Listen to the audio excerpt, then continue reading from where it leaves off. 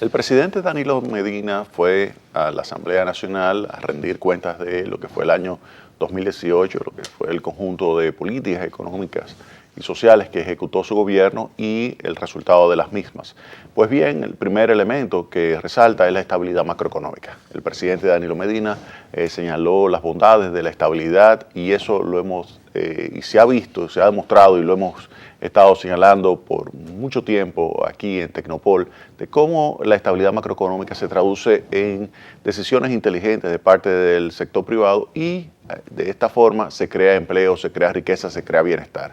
En ese sentido, el presidente Danilo Medina señaló que esa estabilidad macroeconómica ha ayudado que del año 2012 hasta el presente, hasta el año 2018, pues 1.5 millones de personas, 1.5 millones de dominicanos, pues hayan abandonado la pobreza. ¿Qué significa abandonar la pobreza? Que si antes ellos estaban viviendo con un nivel de ingreso per cápita por debajo de la línea de pobreza, pues ahora están viviendo por encima. ¿Significa esto que están bollantes, que están en una situación de extremo bienestar? No.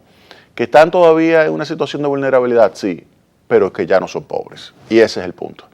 Aquí estamos hablando de que hogares que estaban antes categorizados como pobres, ahora están viviendo por encima de esa línea de pobreza. ¿Y esto está vinculado con qué? Con la política económica y social, en particular con la creación de empleo. Se han creado en ese mismo periodo 770.000 nuevos puestos de trabajo. 770.000 nuevos puestos de trabajo en un periodo de 6 años significa más de 100.000 puestos de trabajo. El promedio, cuando se tiene un crecimiento de 5%, es una creación de alrededor de 100.000 puestos de trabajo. Esto significa que la economía ha estado creciendo por encima del 5%. Y efectivamente, en esos 6 años, el promedio de crecimiento económico es 6.3%. 6.3% es el crecimiento en ese periodo y por eso entonces se tiene un crecimiento por encima de los 100.000 puestos de trabajo en esos 6 años. Específicamente, en 6 años se crearon 770.000 puestos de trabajo. Entonces, para que ustedes vean cómo eso impacta sobre la pobreza, les voy a poner un ejemplo muy sencillo. Imagínense que ustedes tienen un hogar con 4 personas. Un hogar con 4 personas, usted tiene que, representa esto un nivel de pobreza monetaria o de línea de pobreza monetaria de alrededor de 20.000 pesos, porque la línea de pobreza per cápita es de 5.000 pesos. 4 personas, 5.000 pesos, 20.000 pesos. Y vamos a suponer que en ese hogar había una persona trabajando. Una persona trabajando representa un nivel de ingreso, asumiendo que es el salario mínimo de 15.000 pesos. 15.000 pesos sería esa persona.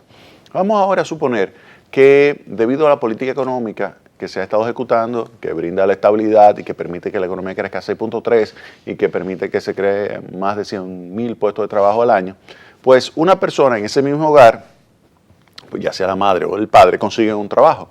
Y ahora hay 2 personas trabajando, es decir, que hay uno ganando 15 y otro ganando 15, significa que el hogar está ganando 30.000 pesos. Pero ¿cuánto les señala a ustedes que es la línea de pobreza para el hogar completo? 20.000 pesos. Y ahora hay 2 personas trabajando, eso significa que ahora tendría 30.000 pesos de ingreso el hogar. Eso significa que ese hogar se ha colocado por encima de la línea de pobreza. Cuando usted cuenta, entonces, ese hogar, usted tiene 4 personas que fueron sacadas de la pobreza con ese puesto de trabajo que se creó. Un puesto de trabajo ayuda a sacar a 4 personas de la línea de pobreza. ¿Por qué? Porque complementa el ingreso que tiene esa persona que estaba así trabajando y que no era suficiente para poder colocar el hogar completo fuera de la pobreza. Así que lo que vemos es la importancia de la creación de empleo. Por eso tanto énfasis de parte del presidente Danilo Medina en la creación de puestos de trabajo. Por eso es tan importante que lo haga el sector privado. ¿Y por qué el sector privado? Porque, y el propio presidente Danilo Medina así lo señala, lo cual también nosotros aquí lo habíamos señalado en numerosos programas. ¿Quién es que explica el crecimiento de la economía? ¿Es el sector público? No, el sector público es ínfimo comparado con el sector privado. Cuando uno descompone lo que es el crecimiento económico y ve cuáles son entre el sector público y el sector privado las fuerzas que están estimulando el crecimiento del consumo, el crecimiento de la inversión, pues nos damos cuenta de que la mayor parte la explica el sector privado. De hecho, el presidente pone el dato, y es que el 87% del crecimiento del consumo y de la inversión la explica el sector privado. 87%. Nosotros habíamos señalado aquí 85%.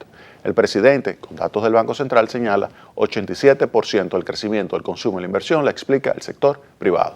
Eso inmediatamente ya deja de lado aquellos argumentos que señalan que el crecimiento de la economía se debe al endeudamiento público. No, El crecimiento de la economía se debe al sector privado. Entonces, ¿qué es lo que usted tiene que hacer? Es crear las condiciones para que el sector privado siga expandiéndose.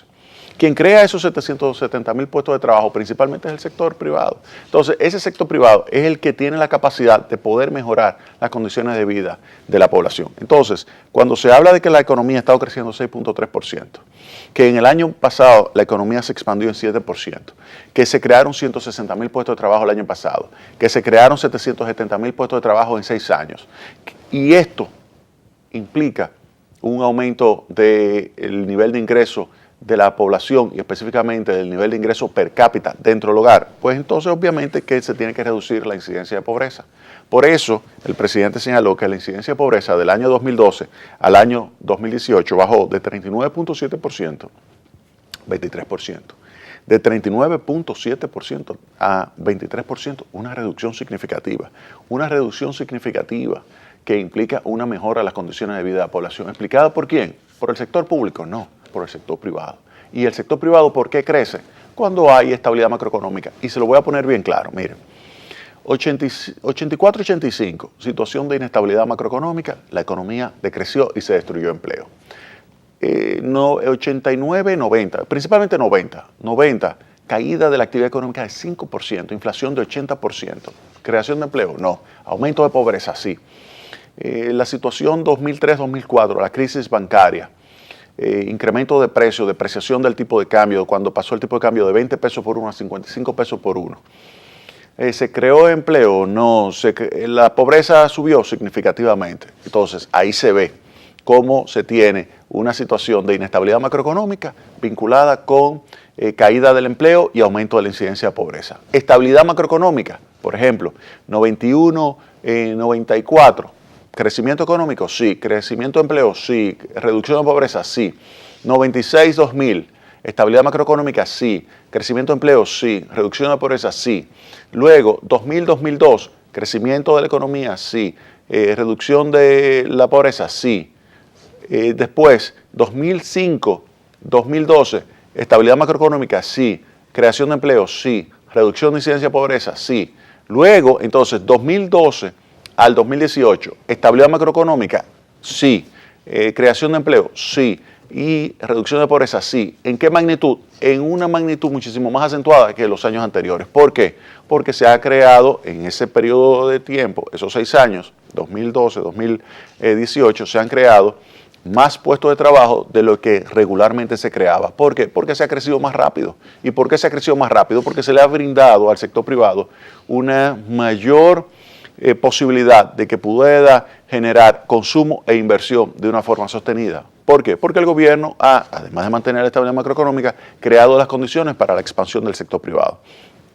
Entonces, eso es lo clave, que en el entorno que se ha creado, pues se pueden generar proyectos del sector privado que permiten un aumento de la inversión, del consumo y en consecuencia de la creación de empleo. Y ese aumento de empleo pues ayuda a que las personas ahora puedan tener la capacidad de tener en un hogar varias personas empleadas. Y en ese hogar con varias personas empleadas pues se tiene una posibilidad de alcanzar un nivel de ingreso que está por encima de la línea de pobreza. Y usted lo nota, usted nota cómo ha ido mejorando las condiciones de vida de la población. Usted nota cómo se han creado muchísimo más oportunidades y usted lo ve por sectores. El presidente Danilo Medina señaló, por ejemplo, el sector comunicaciones, 12.3% de crecimiento el año pasado.